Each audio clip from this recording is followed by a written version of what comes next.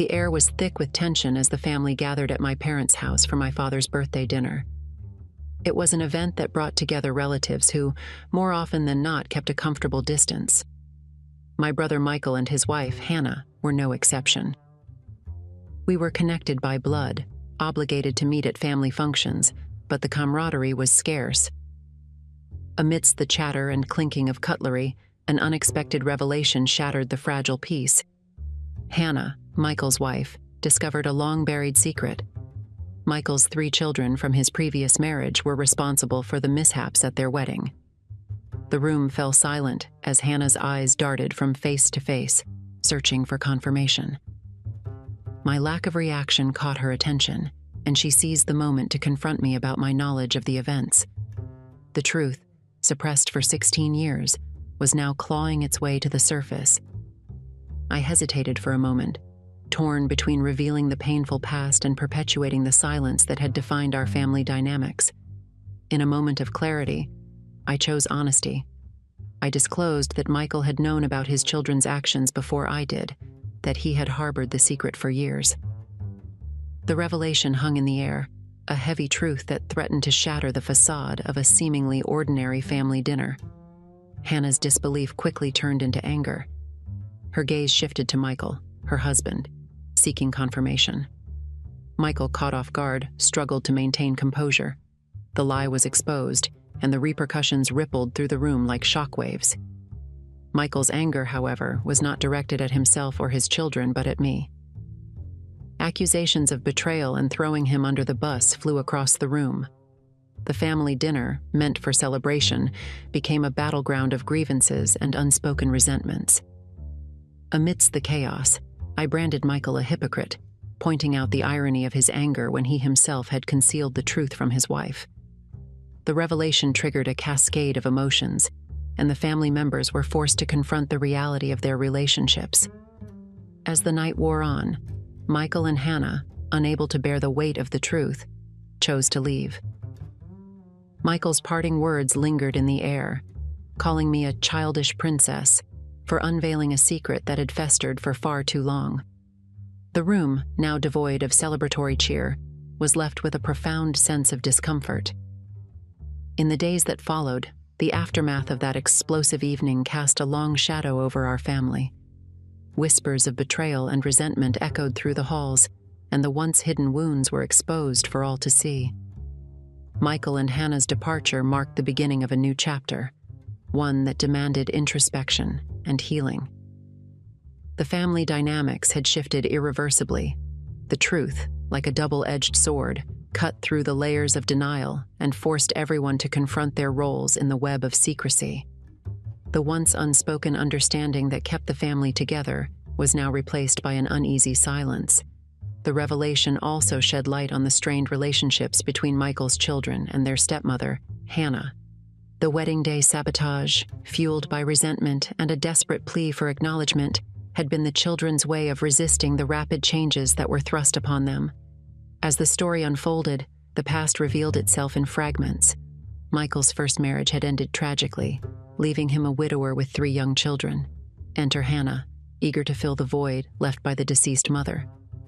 The speed with which their relationship progressed was a testament to Michael's desire for normalcy and Hannah's eagerness to play the role of a mother.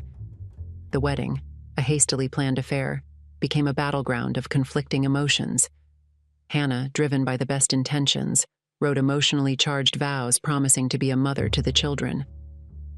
However, the children, still grappling with the loss of their biological mother, rejected these promises by burning the vows and sabotaging the ceremony.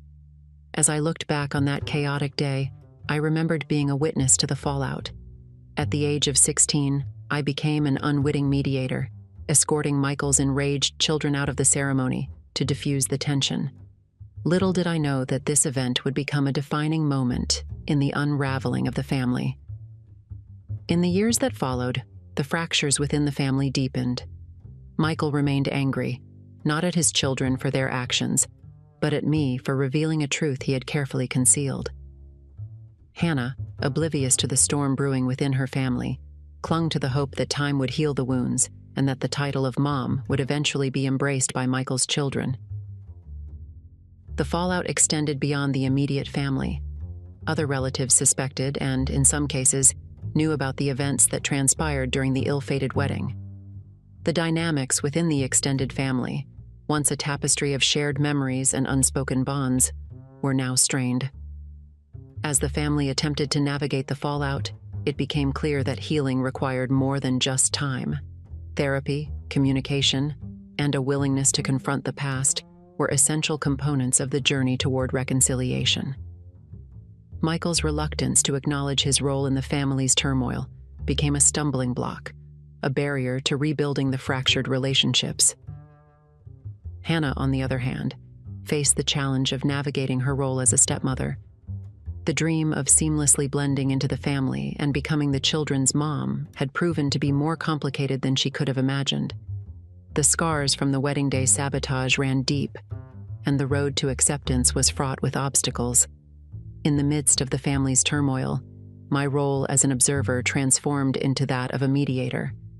I found myself facilitating conversations, urging family members to confront their emotions, and encouraging an open dialogue that had been absent for far too long. The story of Michael, Hannah, and their tumultuous family saga became a narrative of resilience, forgiveness, and the complexity of relationships. It underscored the importance of communication, understanding, and the acknowledgement of past mistakes in the journey toward healing. As the family embarked on this arduous journey, the question lingered: would they emerge stronger, having confronted the skeletons in their closet, or would the fractures persist, forever altering the fabric of their interconnected lives? The answer, shrouded in the uncertainties of the future, awaited discovery. I, a 25-year-old woman, grapple with a significant stutter. Luckily, I'm surrounded by a fantastic support system, though some days prove to be especially challenging due to heightened anxiety and stress. As a professional pianist, I frequently perform at various events such as weddings, receptions, and dinners, necessitating constant interaction in my line of work. Recently, I was hired last minute for a family dinner with undisclosed details. The compensation hinted at an affluent family with specific expectations, including remaining inconspicuous when not performing. Surprisingly, the event went smoothly. Afterward, I engaged in a pleasant conversation with the couple's daughter, who was incredibly sweet. However, things took a turn when her brother approached me, expressing that he had never encountered someone with a stutter. My response, a quick retort about never meeting an idiot before, triggered a snarky comeback from him. He justified his comment as an attempt at conversation, advising me to choose my words more carefully. At that point, I decided to walk away, dismissing his remarks. Later, he unexpectedly texted me, demanding an apology. My response was a lengthy text, labeling him a pathetic loser who enjoys belittling others like me. He replied with a simple, "Wow." Days later, the sister contacted me, expressing her brother's distress over our interaction and deeming my response unnecessarily cruel. She suggested discussing the matter with him to resolve the issue. I found the situation unprofessional, but I also didn't want to leave a negative impression. Was I wrong in handling the situation this way? While he was undoubtedly rude, did I take it too far? Some suggested I might have been unprofessional, advising against sending such texts to clients, even if deserved. In a separate scenario, I, an almost adult woman, organized a dinner for my upcoming birthday featuring a photographer. Wanting everyone to look presentable, I requested pictures of planned outfits from friends. One friend sent images of a dress I found unattractive and mismatched heels. Initially, I suggested having more options, but later conveyed my honest opinion about the dress, stating I didn't want her to wear it to my dinner. She insisted on wearing it, claiming I shouldn't care since I wasn't the one wearing it. In response, I warned her of being uninvited if she didn't choose a different outfit. Now she's upset, asserting that I shouldn't control what people wear to my birthday dinner. Am I in the wrong for wanting everyone to look nice, considering it's my birthday dinner? Some labeled my behavior as controlling and reminiscent of a bridezilla, while others pointed out the subjectivity of fashion tastes and the importance of loosening up. Opinions on my actions varied, with some criticizing my controlling behavior and likening it to bridezilla tendencies. They urged me to grow up and prioritize friendship over superficial concerns about outfits. The presence of a photographer at a birthday dinner was flagged as a potential red flag, with suggestions to lighten up before alienating more friends. Others, however, expressed curiosity about the subjective nature of fashion and questioned whether my aversion to the outfit was a matter of personal taste or a genuine fashion faux pas. They advised me to reflect on the importance of maintaining friendships and not allowing my preferences to overshadow the joy of the occasion. Some warned that my focus on Instagram-worthy photos might jeopardize the camaraderie among friends. In both situations, the consensus leaned toward a need for greater understanding and empathy. The importance of effective communication, empathy, and flexibility in social situations was highlighted. The potential long-term consequences of my actions, both in my professional life and personal relationships, were emphasized. As I navigated the aftermath of these encounters, the feedback prompted me to reconsider my approach to both professional interactions and social events. The overarching theme was a call for balance between personal preferences and the need for understanding and empathy in various social contexts. Reflecting on the diverse perspectives and advice I received, I decided to take a more measured approach in resolving both situations. Recognizing the need for effective communication and understanding, I reached out to the brother from the professional encounter. I offered a sincere apology for the sharp retort, explaining that my frustration stemmed from a lifetime of dealing with misconceptions about my stutter.